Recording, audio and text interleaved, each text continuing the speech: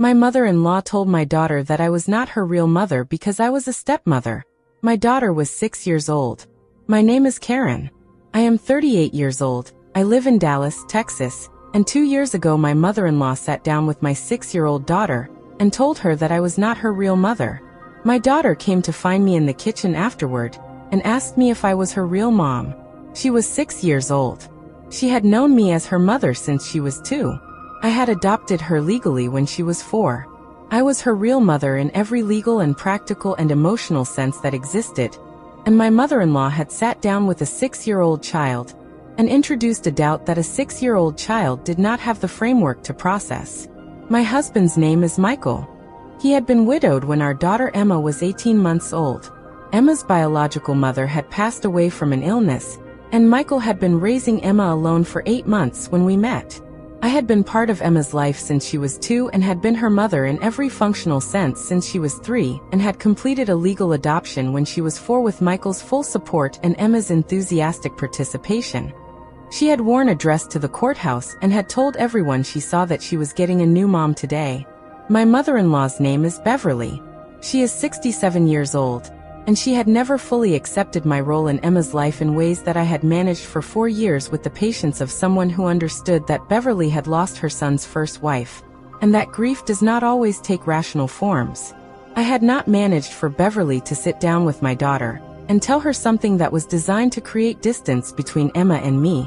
When Emma asked me if I was her real mom, I sat down on the kitchen floor with her, and I told her that I was absolutely her real mom, and that real meant the person who loved her and took care of her and would never leave her, and that was me. Emma nodded and said okay, and asked if we could have mac and cheese for dinner. I made mac and cheese. Then I called Michael. Michael came home and I told him exactly what Emma had told me Beverly had said. He went to his mother's house that evening. He was there for 2 hours. When he came home, he told me that Beverly had said she had only been trying to make sure Emma understood her history, and that knowing about her biological mother was important. Michael had told her that Emma knowing her history was our decision to make, and that inserting doubt about my status as Emma's mother into a 6-year-old's understanding of her family was not history, it was harm. Beverly had cried. Michael had stayed until she was calm and had then come home and told me he was sorry, and that he had been as direct with his mother as he had ever been. I hired a family therapist for Emma the following week. Not because Emma was in crisis, but because I wanted a professional to help us assess whether what Beverly had said had created confusion that needed addressing. The therapist saw Emma 4 times and told us Emma was secure in her understanding of her family, and that the question she had asked me had been processed and filed rather than destabilizing. The therapist said my response in the kitchen had been exactly right. I thought about that response for a long time afterward. The kitchen floor, the mac and cheese question, the specific instinct that had made me sit down rather than stand over her. I think sitting down was the right thing. I think mac and cheese was the right thing. I think sometimes the most important parenting happens in the 30 seconds after something difficult, and in what you choose to make for dinner. Update: 4 months later. Beverly has not been alone with Emma since the conversation. This is not a punishment. It is a boundary that Michael and I established together, and that Beverly has accepted without argument, which tells me she understood why it was necessary. Beverly came to Emma's birthday party last month, and she was warm and present, and did not say anything that was not appropriate. At one point Emma climbed into Beverly's lap, and Beverly looked at me over Emma's head with an expression I chose to read as something like apology. I nodded. Emma asked Beverly to read her a story. Beverly read her 3. I sat across the room and watched my daughter be loved by her grandmother, and I held the complexity of that, the harm Beverly had done and the love she also had. And I decided that holding complexity is part of what parenting inside a complicated family requires, and that I was capable of it. Story 2. AITA Reddit Stories. My mother-in-law gave my husband an ultimatum, her or me, and he chose her for 6 days before changing his mind. My name is Sandra. I am 34 years old. I live in Nashville, Tennessee, and 18 months ago my mother-in-law called my husband and told him he needed to choose between his marriage and his relationship with her because she had decided I was a negative influence on his life. My husband chose his mother for 6 days. I want to tell you about those 6 days, because they matter as much as what came before and after them. My husband's name is James. We had been married for 5 years and had been together for 7, and I had spent most of those 7 years navigating a relationship with his mother that had never been easy and had become increasingly difficult in the 2 years before the ultimatum. My mother-in-law's name is Patricia. She is 62 years old, and she had always believed that James's life had been better organized. Before I entered it, before I reorganized his priorities, before I encouraged him to set limits with her that he had not previously set, before I became the person he called first for everything rather than her, Patricia had not been wrong that James had changed. What she had been wrong about was whether the change was damage or growth.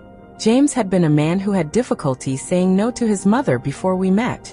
He had attended events he did not want to attend, given money he could not afford to give, answered calls at hours that were not reasonable, and organized significant portions of his adult life around her needs in ways that had not left room for his own.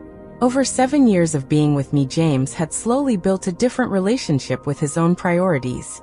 He had started saying no. He had started having hours that were his. He had started living like a man with his own life rather than an extension of his mother's. Patricia experienced all of this as my influence, and she was not entirely wrong. I had encouraged James to be different. I had not forced him. The ultimatum arrived on a Tuesday afternoon. Patricia called James and said she could not continue watching him choose his wife over his family, and that she needed him to decide what mattered more. James called me from his car. He said his mother had given him an ultimatum. He said he needed some time to think. I told him I understood and that I would be at my friend Dana's house, and that he could reach me there. I went to Dana's. James went home. For 6 days James did not call me. He stayed in our house and I stayed at Dana's, and I thought about 7 years of marriage, and about a man I loved, and about what it meant that when his mother forced a choice he had needed 6 days to make it. On the evening of the 6th day James called me and asked if he could come to Dana's. He came.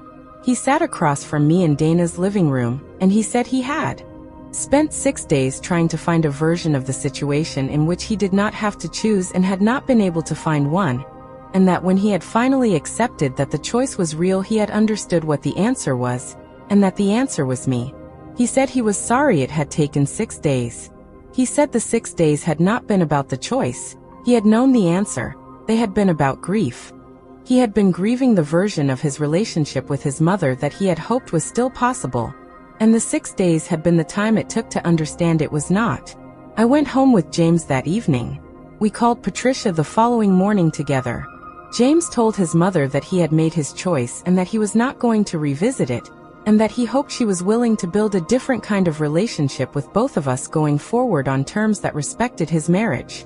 Patricia cried. She argued. She eventually said she needed time. The time she took was 4 months. 4 months of minimal contact, of James reaching out periodically and receiving short responses. Then Patricia called James and said she wanted to try. She has been trying for 14 months. It is imperfect and careful and real in the way that things are real when they have been built after something was broken. James and I do not talk about the 6 days very often. When we do, James says the same thing, that he is sorry it took that long and that he has never been sorry about the answer. I have told him the 6 days taught me something about grief that I needed to understand. That is also true. Update: 3 months later. Patricia came for dinner last month. She brought food she had made. James's childhood favorites. A gesture I understood as her trying to offer something new how to give. She and I washed dishes together after dinner while James put the children to bed. We talked about small things. Her garden, my work, the children. At one point she said she knew she had not made things easy, and that she was trying to do better. I told her I could see that. We finished the dishes. It was ordinary and it was enough, and I drove home thinking about how much ordinary is actually worth and how long it can take to get there. Story 3. AITA Reddit Stories. My mother-in-law has been sending my husband money behind my back for 2 years. He has been hiding it in an account I did not know about. My name is Rachel. I am 37 years old. I live in Phoenix, Arizona, and 8 months ago I discovered that my mother-in-law had been sending my husband monthly payments for 2 years, and that my husband had been receiving them into a bank account I had not known existed. The payments were not small. They were $1,500 per month. Over 2 years, that was $36,000 that had moved through our marriage without my knowledge. My husband's name is Thomas. We had been married for 6 years and had a financial arrangement that I had believed was transparent. Joint accounts, shared visibility, monthly reviews of our budget together. What I had not known was that the monthly reviews had been missing a column. Thomas's mother, a woman named Gloria who is 65 and who has always had opinions about how her son's money should be managed, had apparently decided 2 years ago that Thomas needed financial support that our marriage was not providing, and had begun sending him money on the condition, Thomas told me when I confronted him, that he not tell me. On the condition that he not tell me, I looked up the account. The history was 2 years long. I sat at my kitchen table with 2 years of monthly transactions, and I thought about every financial conversation Thomas and I had had in those 2 years, and about the column that had been missing from every one of them. I confronted Thomas that evening. He told me the full story. Gloria had offered the money when she had decided we were struggling more than we were, and had attached the condition of secrecy because she had known I would not accept it if I knew. Thomas had accepted it because he had not wanted to refuse his mother's help, and had not wanted to tell me because he had known I would be upset. He had told himself it was harmless supplemental income. I told Thomas that the harm was not in the money. The harm was in 2 years of financial conversations in which I had been operating with incomplete information, and in which the incompleteness had been deliberate. I called Gloria. The conversation was direct and not warm. I told her that sending money to my husband with the condition that he hide it from me was not generosity. It was interference in our marriage conducted through a channel that required my husband to deceive me. She told me she had only been trying to help. I told her that help which requires secrecy is not help. Thomas and I worked with a financial advisor to restructure our accounts so that both of us have full visibility into everything. The secret account was closed. The money in it was moved to our joint savings.